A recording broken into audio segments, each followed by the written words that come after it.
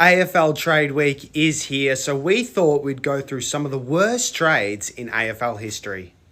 Starting off with this absolute doozy from North Melbourne in 2018, they traded in Jared Polek and Jasper Pittard for pick 11. Oh boy. Now look, pick 11 ended up going out to pick 14 after a few academy picks and ended up being Jackson Haley. And you go, look, it wasn't that bad of a miss for North, but you just look at someone like Jordan Clark at pick 15, you go, they miss out there. And ultimately, they just miss out on bringing in high-end young talent into this team that everyone thought was rebuilding.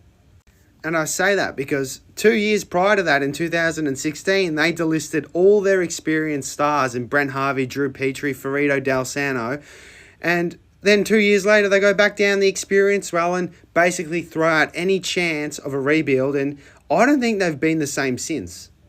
Next up is the Brad Ottens trade in 2004. The Richmond Tigers sent the former pick 2 to Geelong in exchange for 2 first-round picks.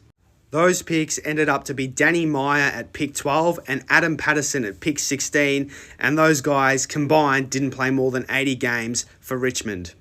And then, Brad Ottens went on to become a 3-time premiership player at Geelong, 116 games in what was an awesome career for the Ruckman.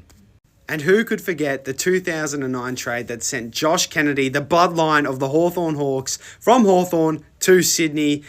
Look, at the time, Kennedy wasn't setting the house on fire, but in hindsight, this is a shocking deal from Hawthorn. They got pick 39 back, ended up to be Sam Grimley, who played 3 games for the club.